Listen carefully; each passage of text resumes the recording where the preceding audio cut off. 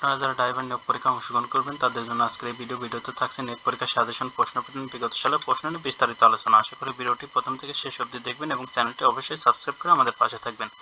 এখানে একটা কথা বলে রাখি, স্বল্প সময় ভালো একটা পোস্ট নিতে চাইলে গাড়ি চালক ড্রাইভার জব রিভিউ এই বইটি পিডিএফ আমাদের কাছ থেকে সংগ্রহ করে নিতে পারেন। পিডিএফ এর মূল্য 40 টাকা। যারা নিতেছেন তারা এই নাম্বারে হোয়াটসঅ্যাপের মাধ্যমে যোগাযোগ করে পিডিএফটি সংগ্রহ করে নেবেন। এই ভিডিওতে আমরা ভিডিওর শেষে আলোচনা করব কোন কোন টপিকস পড়লে 100% প্রশ্ন কমন পাবেন, কোন কোন বই পড়লে 100% প্রশ্ন কমন পাবেন। তো প্রথমে একটা প্রশ্ন সমাধান করে নিই, তারপরে আমরা ওই বিষয়গুলো আলোচনা করব। গাড়ি চালক, তারিখ 3/1/2026, সময় 60 মিনিট, পূর্ণ মার্ক 40 মার্কের পরীক্ষা হয়েছিল। একটি দর্শনীয় স্থান আপনার ভ্রমণের অভিজ্ঞতা বর্ণনা করে 10টি বাক্য লিখুন। তাহলে আপনি কোথাও বেড়াতে গেছেন বা ঘুরতে গেছেন, এমন একটি ভালো দর্শনীয় জায়গা সম্পর্কে 10টি বাক্য লিখতে বলা হয়েছে। এই ধরনের প্রশ্ন আপনি কোনো বই থেকে কখনোই কমন পাবেন না, এটা নিজের জ্ঞানের উপর লিখতে হবে।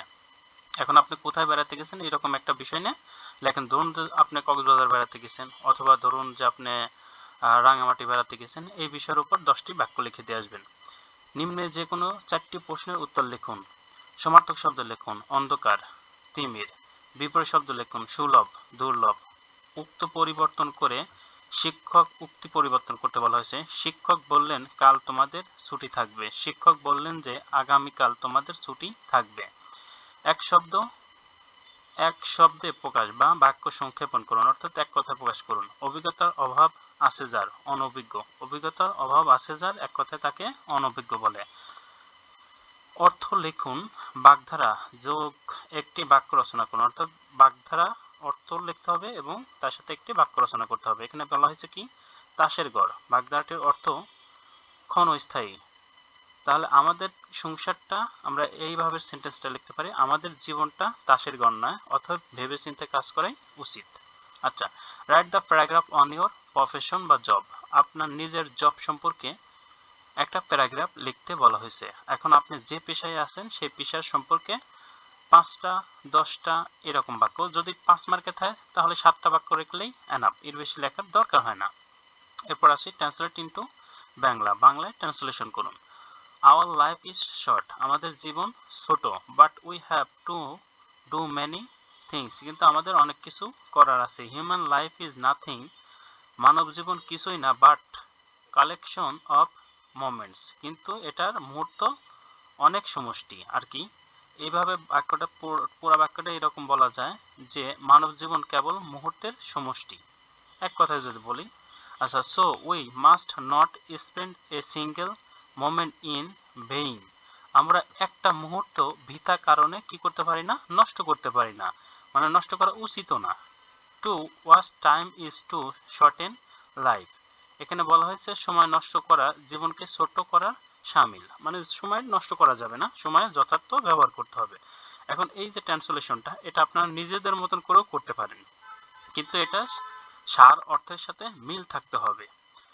আচ্ছা, এরপর আসি গণিত। গোলাকার গোলাকার 400 মিটার মাঠের একজন দৌড়বিদ 24 চক্কর দিলেন, সে কত কিলোমিটার দূরত্ব অতিক্রম করবে? আচ্ছা, 400 মিটার, আমরা জানি 1000 মিটার সমান 1 কিলোমিটার, এখানে কিন্তু মিটার থেকে কিলোমিটারে প্রকাশ করতে হবে। তাহলে আমরা প্রথমে কি করব, 400 কে 24 দ্বারা গুণ করব, 1000 দ্বারা ভাগ করব, উত্তর চলে আসবে। উত্তর যত আসবে, উত্তর আসবে 9.6 কিলোমিটার। ঢাকা থেকে দিনাজপুরের দূরত্ব 330 কিমি। একটি বাস 7 ঘন্টা ঢাকা থেকে দিনাজপুর পৌঁছায়। বাসটি ঘন্টায় যাত্রা বিরতি করে। বাসটি 1 ঘন্টা যাত্রা বিরতি করে। ঘন্টায় বাসটি গড় গতিবেগ কত? এখন ধরেন যে 7 ঘন্টার মধ্যে কিন্তু বাসটা চলছিল কয় ঘন্টা, 6 ঘন্টা, কারণ 1 ঘন্টা বিরতি ছিল, তাহলে 6 ঘন্টা গেছে এত কিমি। তাহলে 6 দ্বারা এটাকে ভাগ করলে আমাদের উত্তর চলে আসবে 55 কিলোমিটার পার আওয়ার্স। 1 ইঞ্চি সমান 2.54 সেন্টিমিটার এবং 1 একর সমান 4840 বর্গ হলে 1 একর কত বর্গ মিটার? আমরা ক্যালকুলেশন করলে উত্তর আসবে, মানে এটা কিন্তু মুখস্থ উত্তরের মতো নাকি, 4046.86 বর্গ মিটার। একটি বক্সের দৈর্ঘ্য 2 মিটার, প্রস্থ 1 মিটার, 1.5 সেন্টিমিটার কি, এবং উচ্চতা 1 মিটার হলে বক্সের আয়তন কত? আমরা ক্যালকুলেশন করলে উত্তর আসবে 3 বর্গ মিটার। উত্তর 3 বর্গ মিটার। এবার আসি সাধারণ জ্ঞানের ক্ষেত্রে। হাইব্রিড গাড়ি কি? পেট্রোল, ডিজেল এবং বিদ্যুৎ একসাথে যে গাড়িটি ব্যবহার করা যায় তাকে হাইব্রিড গাড়ি বলে। বিআরটি এর পূর্ণরূপ কি? Bangladesh road transfer authority. বর্তমানে বলবৎ সরকার পরিবর্তন আইন কত সালে প্রকাশিত হয়? 2018 সালে। মহাসড়কে যাত্রাবাহী মোটরসাইকেলের সর্বোচ্চ গতিসীমা কত? 80। ডিপস্টিক কি? একটি পাতলা দাগযুক্ত রড পদার্থের উপস্থিতি পরে। বাংলাদেশের জাতীয় কবি কে? কাজী নজরুল ইসলাম। রাষ্ট্রীয় অতিথি ভবন যমুনায় কোথায় অবস্থিত? এটা মিন্টো রোড, রমনা, ঢাকাতে। কারফিউ বা সন্ধ্যা আইন ন্যূনতম কতজন মানুষের ক্ষেত্রে জমায়েত নিষিদ্ধ? 4 জনের বেশি, মানে 3 জনের বেশি হওয়া যাবে না, 4 জনের ক্ষেত্রে নিষিদ্ধ। গুগল ম্যাপ কি? জায়গা চিহ্নিতকরণে সহায়ক একটি অ্যাপস। বাংলাদেশের সর্ব অপেক্ষা পূর্ব দিকে জেলা কোনটি? এটা বান্দরবন। বাংলাদেশের একটি দ্বীপ উপজেলার নাম লিখুন। এটা হাতিয়া দ্বীপকে, এটা হাতিয়া যেটা উপজেলা, এটা দ্বীপ উপজেলা নামে পরিচিত।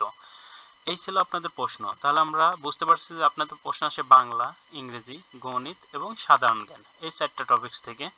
আপনারা যদি ভালো করতে চান সেক্ষেত্রে বাংলার জন্য এই 2টা বই, ইংরেজির জন্য মাস্টার, গণিতের জন্য গণিত, আর সাধারণ জ্ঞানের জন্য রিসেন্ট জব রিভিউ বা জব রিভিউ যেটা আছে এটা, আর প্রিভিয়াস কোশ্চেনের জন্য গাড়ি বা ড্রাইভার জব রিভিউ এটা পড়ে নিতে পারেন। সবগুলো পিডিএফ যদি একসঙ্গে সংগ্রহ করে পড়েন 100% প্রশ্ন কমন পাবেন। যারা নিতে চান তারা এই নাম্বারে হোয়াটসঅ্যাপের মাধ্যমে যোগাযোগ করে সংগ্রহ করে নিতে পারেন। সবগুলো পিডিএফ এর মূল্য কিন্তু 100 টাকায়। এবার আসি বাংলার জন্য, আপনারা এই টপিকগুলো, এর বাইরে কিছু পড়তে যাবেন না। ইংরেজির জন্য এই টপিকগুলো, গণিতের জন্য এই টপিকগুলো, সাধারণ জ্ঞানের ক্ষেত্রে বাংলাদেশের ইতিহাস, ঐতিহ্য, সমসাময়িক বিষয় বলে একটু ভালো করে পড়ে যাবেন। সাথে গাড়ি বা ড্রাইভার সম্পর্কিত যে প্রশ্নগুলো, গাড়ি ইঞ্জিন বা ড্রাইভার আনুষঙ্গিক যে প্রশ্নগুলো, সেই প্রশ্নগুলো এই বইটা থেকে পড়ে যাবেন। ইনশাল্লাহ 100% প্রশ্ন কমন পাবেন। এরপরে যদি আপনাদের কোনো প্রশ্ন থাকে অবশ্যই কমেন্ট বক্সে কমেন্ট করে জানাবেন, আমরা আপনাদের প্রশ্নের উত্তর দেওয়ার চেষ্টা করব। আল্লাহ হাফেজ।